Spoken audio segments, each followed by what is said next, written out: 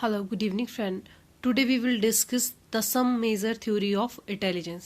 Intelligence की कुछ theory हम आज पढ़ेंगे. जैसा कि आप सब जानते हैं कि जितने भी डिफरेंट साइकोलॉजिस्ट थे उन्होंने अपने अकॉर्डिंग इंटेलिजेंस की डिफरेंट डेफिनेशंस दी थी और उसमें से आपसे क्वेश्चन पूछा जाता है one factor theory, two factor theory और multi factor theory, different theory किसने दी थी.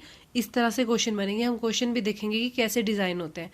तो some major theory of intelligence में सबसे पहले हम डिस्कस करेंगे यूनिफैक्टर थ्योरी. यूनी का मतलब होता है सिंगल फैक्टर, वन फैक्टर. जो यूनिफैक्टर थ्योरी थी ये दी थी आपके पास एल्फ्रेड बिनेट ने एंड टर्मन ने. दोनों का नाम आता है, समटाइम एल्फ्रेड बिन का नाम ही आता है और अगर ऑप्शन में दोनों का नाम है तो आप इस पर टिक करेंगे. उन्होंने कहा था कि जो इंटेलिजेंस है वो रिगार्डेड है an achieve activeness with enable a creature to adjust itself. मतलब आप जब इन्वायरमेंट चेंज हो रहा है, चेंज हो रहे इन्वायरमेंट के अकॉर्डिंग आप अपने आप को किस तरह से इन्वायरमेंट में आप अपने आप को स्टेबल रख पा रहे हो या इन्वायरमेंट को, चेंज हुए इन्वायरमेंट को आप किस तरह से अडॉप्ट कर रहे हो, उसको नाम दिया था उन्होंने यूनिफैक्टर थ्योरी का. और इसमें क्वेश्चन कुछ नहीं बनता है, ये अंडरस्टैंडिंग था. सिर्फ एक कॉन्सेप्चुअल क्वेश्चन ये था कि यूनिफैक्टर थ्योरी किसने दी थी, तो एल्फ्रेड बिनेट ने और टर्मन ने दी थी. नेक्स्ट आती है आपके पास two factor theory. Two factor theory दी थी चार्ल्स फेयरमैन ने. टू फैक्टर थ्योरी में टू फैक्टर थे, एक था जी फैक्टर और दूसरा था एस फैक्टर. जी फैक्टर था इनेट पावर, इनेट फैक्टर, और जिसको जेनेटिक फैक्टर भी कहते हैं. एस फॉर स्पेसिफिक इंटेलिजेंस, ठीक है. आई फॉर इनेट इंटेलिजेंस और एस फॉर स्पेसिफिक इंटेलिजेंस. इनेट क्या था कि ये जेनेटिक फैक्टर था. स्फेयरमैन ने कहा था कि जो जेनेटिक फैक्टर है उसको आप चेंज नहीं कर सकते, और जो स्पेशल इंटेलिजेंस है, एस फैक्टर है, वो वेरिएबल है, वो चेंज हो सकता है. मतलब आप उसको एक्सपीरियंस कर सकते हो, अपनी स्किल को आप ज़्यादा स्ट्रॉन्ग बना सकते हो अकॉर्डिंग टू योर एक्सपीरियंस. तो ये था टू फैक्टर थ्योरी के बारे में. नेक्स्ट था लेविस थर्स्टन ने कौन सी थ्योरी दी थी, तो पीएमए, प्राइमरी मेंटल एबिलिटी, ये थ्योरी दी थी लुइस थर्स्टन ने. अब देखिए आपको याद कैसे रखना है कि जो थ्रस्ट क्या होता है, प्यास होती है. तो थर्स्टन ने एक्चुअली उसको इतनी प्यास लगी थी वो पानी के 7 गिलास पी गया. तो 7 फैक्टर थ्योरी भी किसने दी थी, लुइस थर्स्टन ने. तो इस तरह से यहाँ से क्वेश्चन आता है पीएमए, प्राइमरी मेंटल एबिलिटी. उन्होंने कहा था कि ह्यूमंस में 7 तरह की मेंटल एबिलिटी होती है, जैसे verbal comprehension, inductive reasoning, perceptual speed, numerical ability, verbal fluency, associate memory, spatial visualisation.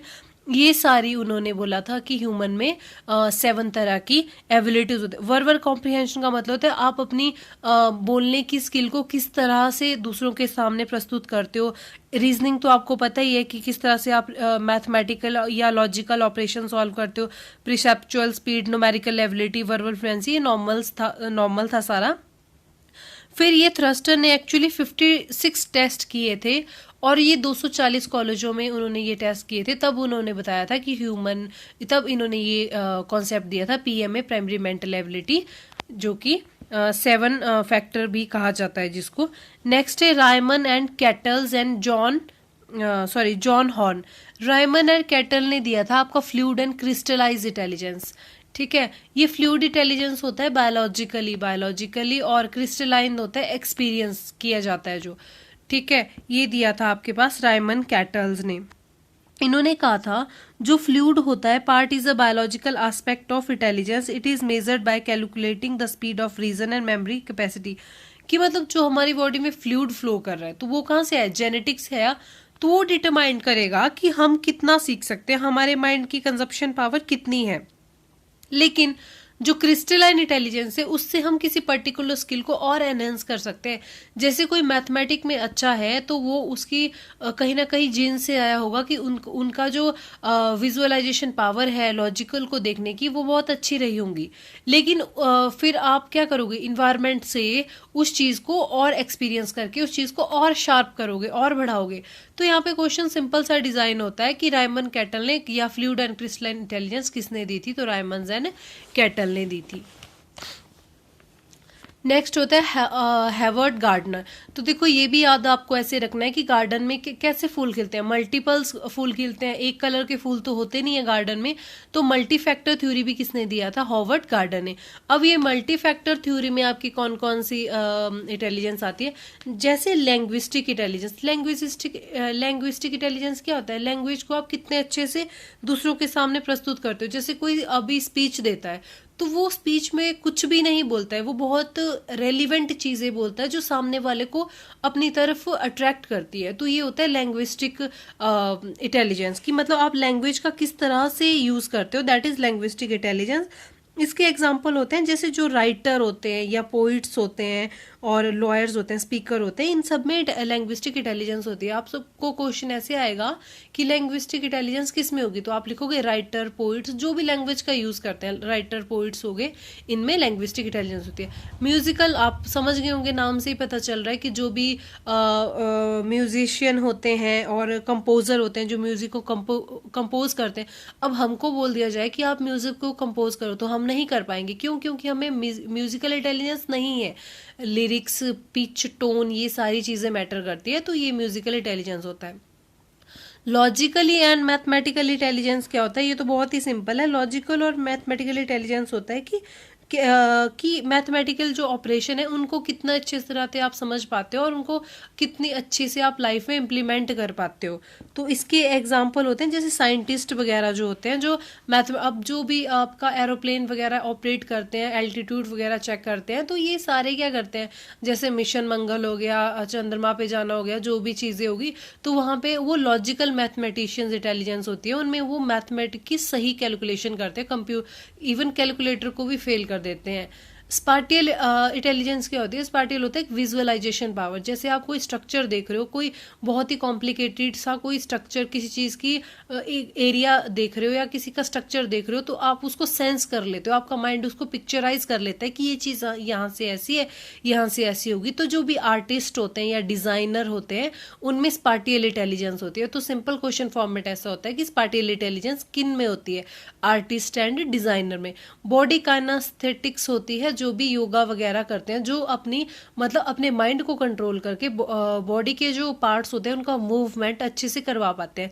जैसे जो योगा वगैरह करते हैं या फिर एथलीट्स होते हैं जो भागते हैं, वो सारे होते हैं बॉडी काइनेस्थेटिक्स में। ओके, जैसे कि स्पोर्ट्स पर्सन हो गया इसका एग्जाम्पल। ठीक है, नेक्स्ट आता है इंट्रा पर्सन। यहाँ पे कंफ्यूज नहीं होना है, एक होता है इंट्रा पर्सन, एक में आर ए होता है, एक में ई आर होता है, एक इंटर पर्सनल होता है, एक इंट्रा। इंट्रा पर्सनल इंटेलिजेंस वो होता है अपने आप को आप कैसे समझते हो, आपको गुस्सा आ रहा है, आपको खुशी हो रही है, आप ये किसी चीज़ से आपको फियर है, तो ये क्यों है आपके साथ दिक्कत, तो दैट इज इंट्रा पर्सनल, कि आप अपने आप को, अपने इमोशन को कितने अच्छे से समझ पा रहे हो, ये आप में इंट्रा पर्सनल इंटेलिजेंस होती है। और दूसरा आता है इंटरपर्सनल। इंटरपर्सनल होता है कि दूसरों को आप कितने अच्छे से समझते हो। लाइक सोसाइटी में, लाइक आपका कोई फ्रेंड है, उसके साथ कोई दिक्कत है, वो कब खुशी फील करता है, कब वो सैड फील करता है, या फिर उसको कौन सी चीज़ों में पर्टिकुलर रिएक्शन देता है, दैट इज इंटरपर्सनल, कि आप दूसरे को कितने अच्छे से एनालाइज कर रहे हो, वो होता है इंटरपर्सनल इंटेलिजेंस।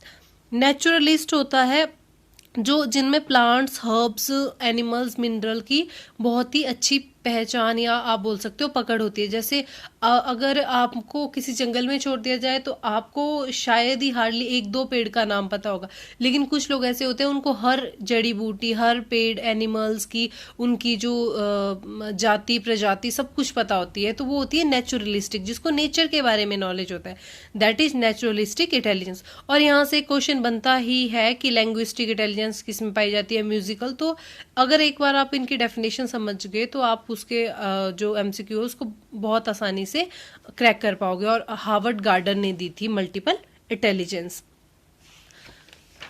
अब हम कुछ की फैक्टर डिस्कस करेंगे, जैसे आईक्यू। आईक्यू होता है intelligence quotient. Who give first time concept mental as. देखिए मेंटल एज का जो कॉन्सेप्ट है जिसको एमए बोलते हैं वो किसने सबसे पहले दिया था, तो इस क्वेश्चन का आंसर होगा एल्फर्ड विंट ने दिया था। और ये कहाँ के रहने वाले थे, फ्रांस के रहने वाले थे। और कब दिया था इन्होंने, 1908 में दिया था। Who give the term IQ, लेकिन क्वेश्चन अगर ऐसे पूछा जाए कि आईक्यू टर्म किसने दी थी, तो विलियम स्टर्न ने। यहाँ पे कंफ्यूज स्टर्न वर्क से मत करिएगा, उन्होंने अनकॉन्शियस कॉन्शियस का अलग कॉन्सेप्ट दिया था। तो who give the term IQ, William stern ने 1912 ने दिया था उन्होंने। और इन्होंने सिर्फ आईक्यू टर्म दी थी, लेकिन जो आईक्यू के फॉर्मूले को कंप्लीट किया वो टर्मन ने किया। ठीक है, लेविस टर्मन ने formula IQ, who give the formula IQ, तो इसका आंसर होएगा लेविस टर्मन। ओके, उसके बाद थोड़े से और जहाँ से क्वेश्चन बनता है वो ये पॉइंट रहता है कि जैसे मैंने आपको बोला था, मैंने आईक्यू डिस्ट्रीब्यूशन टेबल डाला है, लेकिन आईक्यू डिस्ट्रीब्यूशन टेबल में भी मैंने आपको कल जो आपके पास क्वेश्चन आया था डिसेबल और रिटार्डेड, तो डिसेबल में ही रिटार्डेड चाइल्ड आते हैं। रिटार्डेड की 3 कैटेगरीज होती हैं। रिटार्डेड बेसिकली सम बुक्स में आपको 90 के बिलो लिखा हुआ मिल जाएगा, सम बुक में 70 के बिलो लिखा हुआ मिल जाएगा, लेकिन जो बेसिकली 70 से नीचे रह जाते हैं उनको रिटार्डेड बोलते हैं। और इसकी 3 कैटेगरीज होती है। एक होती है इडियट, इम्बिशियस एंड मोरॉन। इडियट्स होते हैं जिनकी 25 से भी बिलो आईक्यू लेवल होता है, उनको इडियट्स बोलते हैं। इम्बेसिलस बोलते हैं जिनका 25 और 45 के बीच में होता है। और मोरॉन्स बोलते हैं जिनका 45 to 69 होता है। और यहाँ से इस डिस्ट्रीब्यूशन से आपको क्वेश्चन आता है, ठीक है, ये वाला मोरॉन्स और इम्बेसियस और इडियट का मतलब किसका आईक्यू कितना होगा। That's all for today. Next part में हम डालेंगे अदर 3 आपकी इंटेलिजेंस की थ्योरी। Thank you.